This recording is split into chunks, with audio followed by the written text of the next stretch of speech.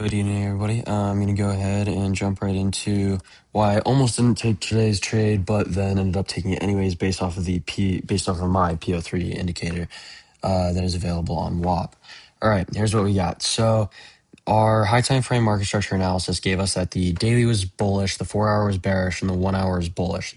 That just inherently, I looked at it, I was like, all right, I don't know if I totally want to trade today. Then I was like, but I'm still going to watch the markets in case, I want to post any updates on Discord or anything. And if you guys wanted that live breakdown of the trade this morning, I posted it all on Discord as it was happening. But this is what I was looking at. So if we look on the 5 minute, 1 minute, whatever you want to look at for this PO3, this is our midnight line, and we went below, we went up, we spent some time up here, and then for the vast majority after London session, we spent our vast majority of time under the midnight open, which gave our PO3 indicator a bearish bias. That was interesting to me because I was like, but we were all the way down here, and I was like, all right, well, if we make a Judas swing, I'll think about it, but that's about it. And so I'm like, all right, I don't really know. And then right as market opens, we extend to the upside, taking out this midnight open level, getting above it again for the Judas swing high, which is the only thing that made me interested for today's trade. Seeing that, I immediately wanted to take shorts. I was a little hesitant, so I de-risked today, but still made really good money. So this is exactly what we had. We come up and we take out this midnight open, and then we don't have any kind of market structure shift in here, and then we continue to extend to the upside, and our market structure shift is all the way down here. So what then I have to wait for is for price to extend all the way down to the downside before we make that market structure shift. I'll go ahead and redraw those for value gaps here in a second, but for the time being, we'll go ahead and leave those undone. The other thing that I was looking for that lined up really well with this, and that if you guys have watched any of my videos before, you know I like to see, is a bearish order block, a 1 hour bearish order block. So we had this high, which actually ends up getting taken out, which invalidates this order block. On ES, however, we do not have that same issue, and this is the order block we're talking about. It actually perfectly lines up with the midnight open. But ES was or MES in this scenario was the leading index to the downside. So I was expecting it to, I guess this was later in the day. Sorry. We completely respected this 1 hour order block until later in the day. So that was totally fine.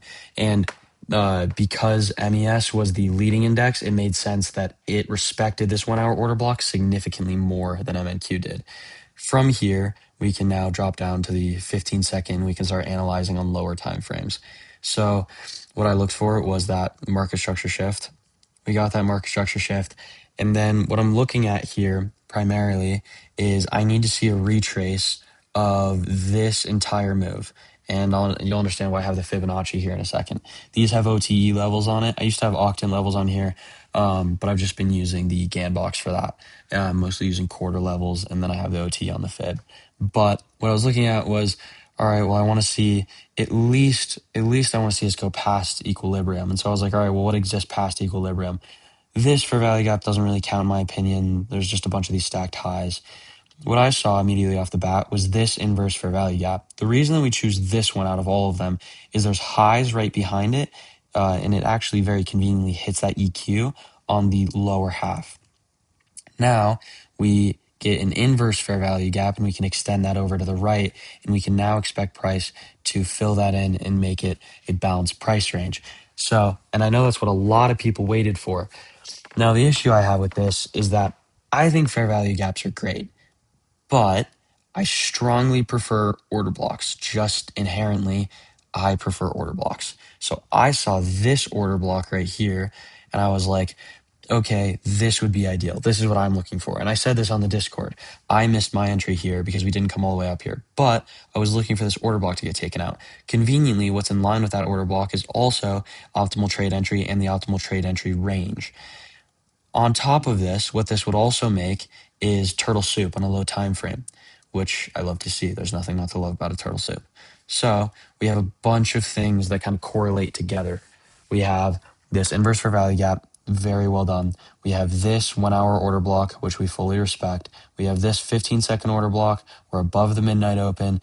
This is a super ideal entry.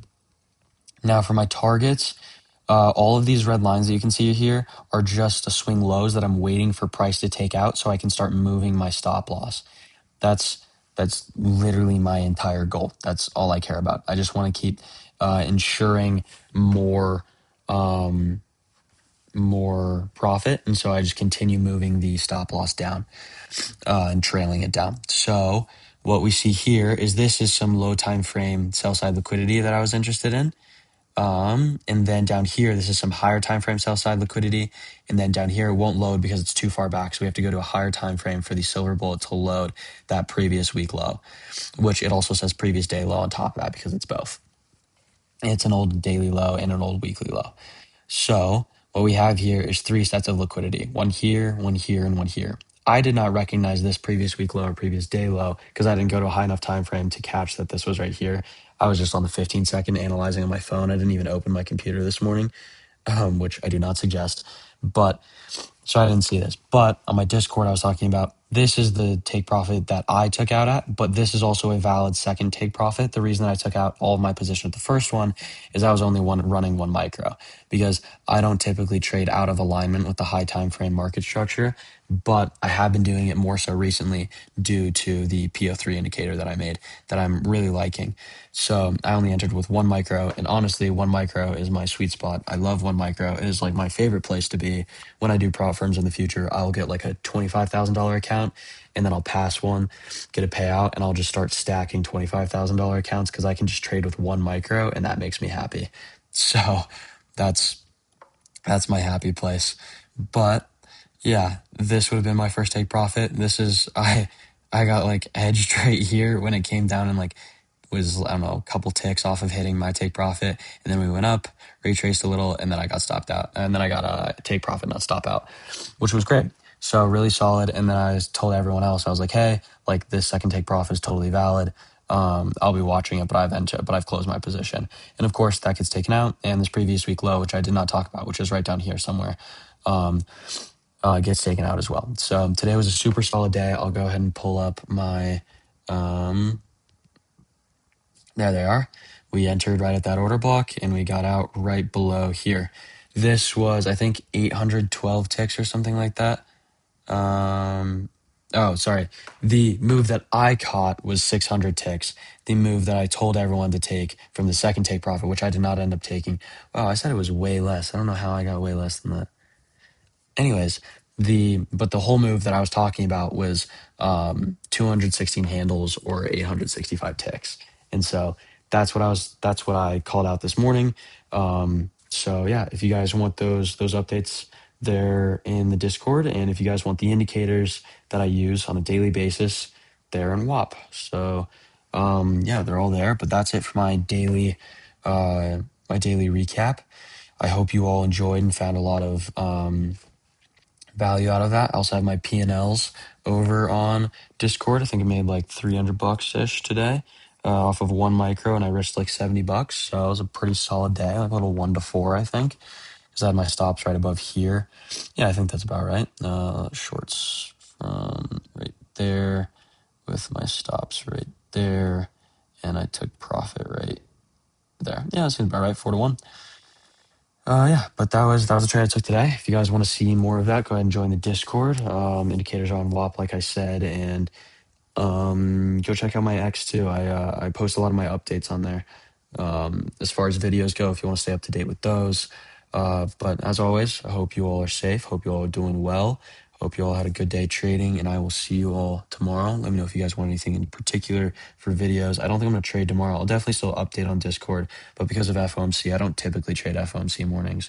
Just my personal preference. But if I see something really nice tomorrow, maybe, but it's going to have to be a super nice setup in order for me to be interested. Anyways, have a good day, guys, or have a good rest of your night, I guess. And I will see you all tomorrow. Have a good one, guys. Thanks for watching.